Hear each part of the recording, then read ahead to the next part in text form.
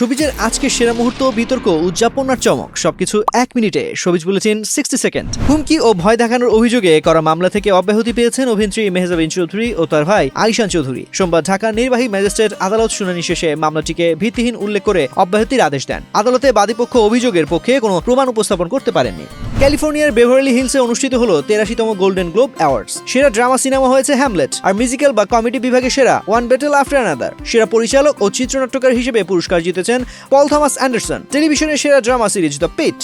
প্রকাশ পেয়েছে রাশিদ পলাশ পরিচালিত নতুন সিনেমা রংবাজারের ট্রেলার। 400 বছরের পুরনো যৌনপল্লীকে কেন্দ্র করে তৈরি এই সিনেমায় অভিনয় করেছেন পিয়া জান্নাতুল, মৌসুমী হামিদ ও নাজনীন চুমকি। শিগগিরই সিনেমাটি মুক্তি পাবে প্রেক্ষাগৃহে।